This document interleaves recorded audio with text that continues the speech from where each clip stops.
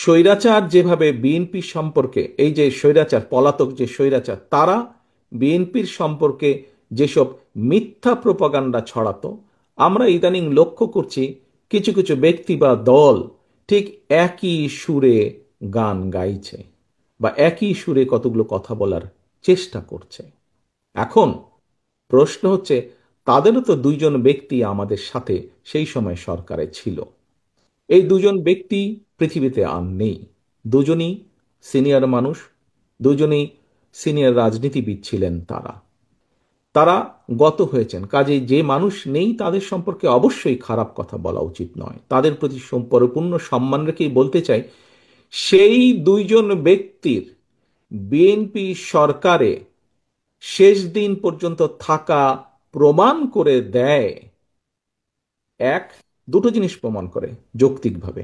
এক, তারা অবশ্যই পূর্ণ কনফিডেন্স ছিল খালেদা জিয়ার উপরে যে খালেদা জিয়া দুর্নীতির বিরুদ্ধে যুদ্ধ করছে, সেজন্যই তারা শেষ দিন পর্যন্ত ছিল। সেজন্যই তারা শেষ দিন পর্যন্ত ছিল। এখন তাদের দলের অন্য যে যত বড় বড় কথা বলি কি না কেন, খালেদা জিয়া শেষ দিন পর্যন্ত দুর্নীতির বিরুদ্ধে যুদ্ধ করেছে এবং দুর্নীতির অবস্থার পরিবর্তন ঘটেছে, এই আত্মবিশ্বাস তাদের মধ্যে ছিল। তারা দেখেছিল সেই সরকারকে, কারণ তো সরকারের ভেতরেই ছিল। সেজন্যই তারা শেষ দিন পর্যন্ত এই বিএনপি সরকারের সাথে তারা ছিল।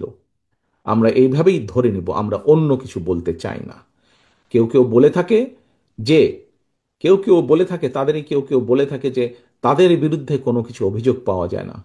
আজকে যখন নিরপেক্ষ কোর্ট বসেছে, স্বৈরাচারের সময় আমরা দেখেছি কিভাবে আদালতকে ইনফ্লুয়েন্স করা হতো, কিন্তু স্বৈরাচার পালিয়ে যাওয়ার পরে মোটামুটি আমরা বলতে পারি যে আদালত এখন নিরপেক্ষ।